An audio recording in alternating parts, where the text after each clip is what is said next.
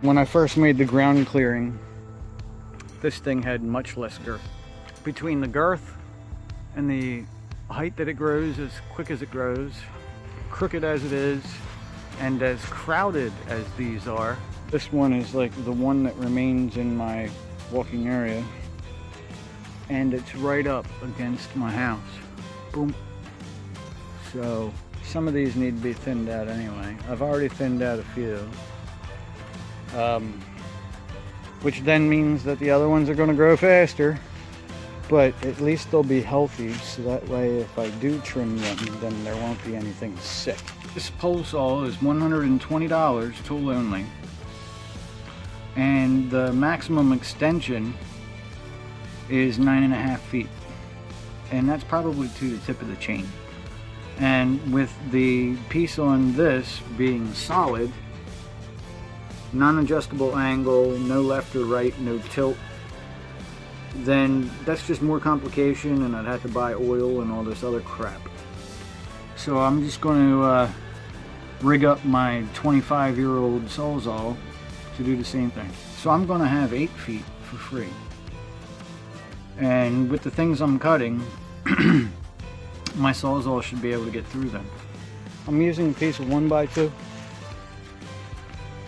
and looking at the tool, I think the easiest way to go about this would be to find the tight points. Alright, so as we are right now with only 2, I have it centered.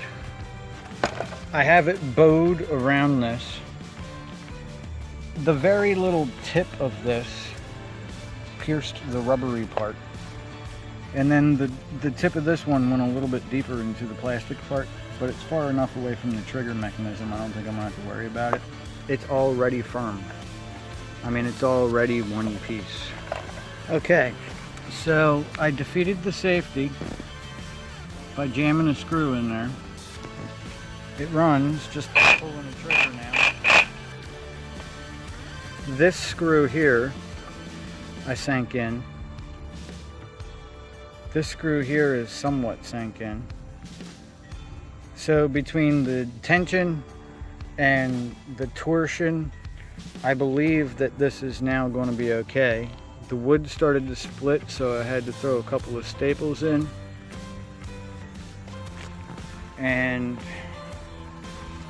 this would make 8 feet or more, no issue. I just made a Ryobi extension, so I'll get a couple of pieces of Cat 5 or something and make myself a little pull chain to make the trigger go. Alright, so I had some of this twine laying around, and what I did was make a hard loop on the twine. I made a safety loop around this so that it wouldn't fall lower than the trigger. And then I made really loose staples as points for going straight and going when I pull on it. It is a thin wire, so it's going to be not friendly on the hand, so to speak, but when I pull it, I can go variable or all the way.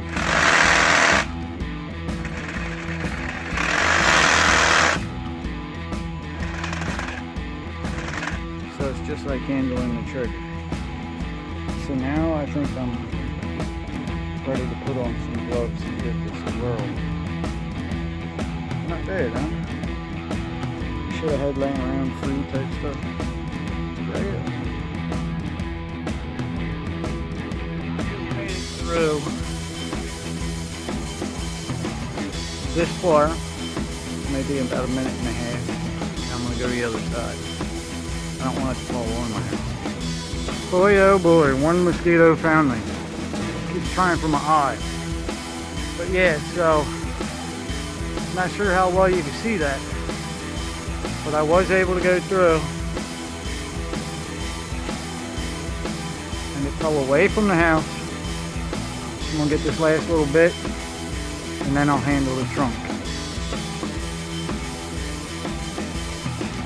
For the record, I just got done running through an entire 6 amp hours battery put a new one on, I can smell the either windings or brushes or both in this saw. I mean, it is 25 something odd years old, but yeah, I mean, that is a long cut, and there's a lot of torsion and weight on the blade as it goes the whole time. So like the entire time it was going, it was working hard, but it's almost there. All right, so it just came down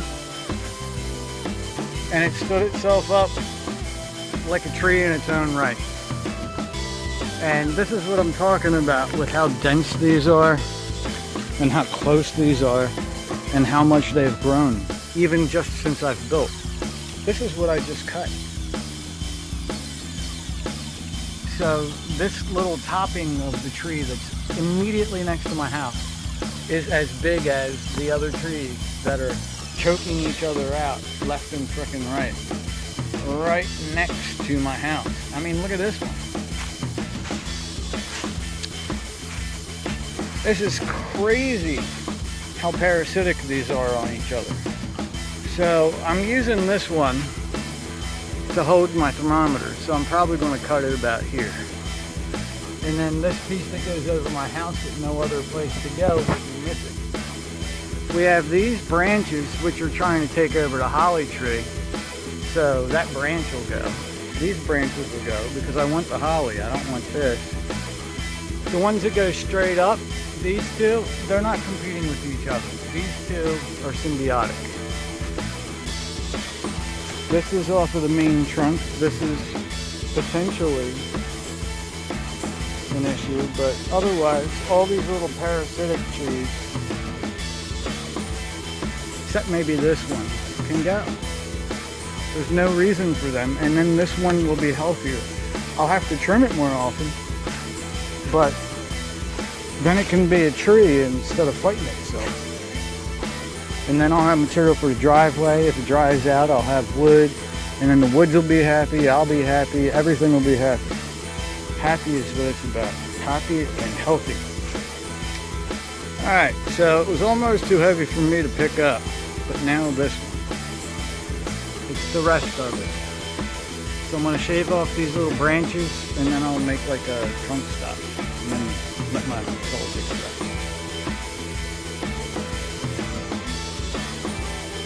Okay, so due to topping it as I cut, she's leaning towards the house instead of away. Not big, but it's making my saw work. So I'm going to use the wedge of my splitting axe. Not sure if I can do this while you're seeing it. Maybe. But I'm going to push up and then pop in. Yeah, so I'm not going to be able to do it all, but you get the idea. So that'll be my wedge, and then I can hopefully make it fall this way by cutting under over here. Alright, so I was a little frustrated that I couldn't push it up, so I just used the hatchet to hack away in order to make it flexible enough to be able to shove the hatchet in. So, yeah, whatever. SawZall is coming back.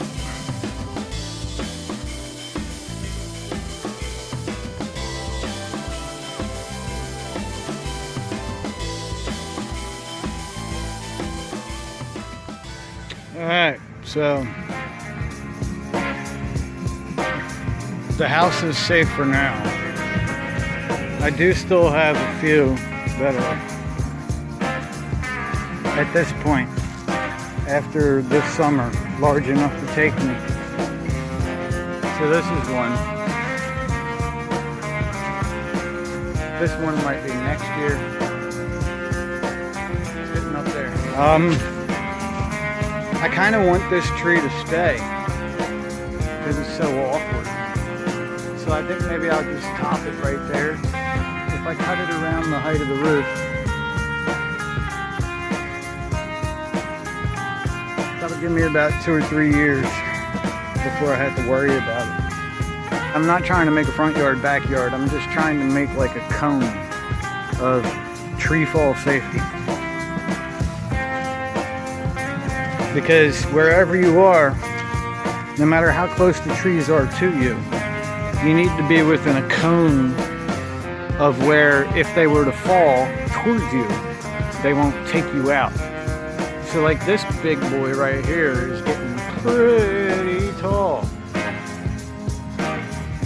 But if he fell right now, he would just brush me. At the end of next summer, I'm gonna have to scratch my head. Those types of things. Gotta love it.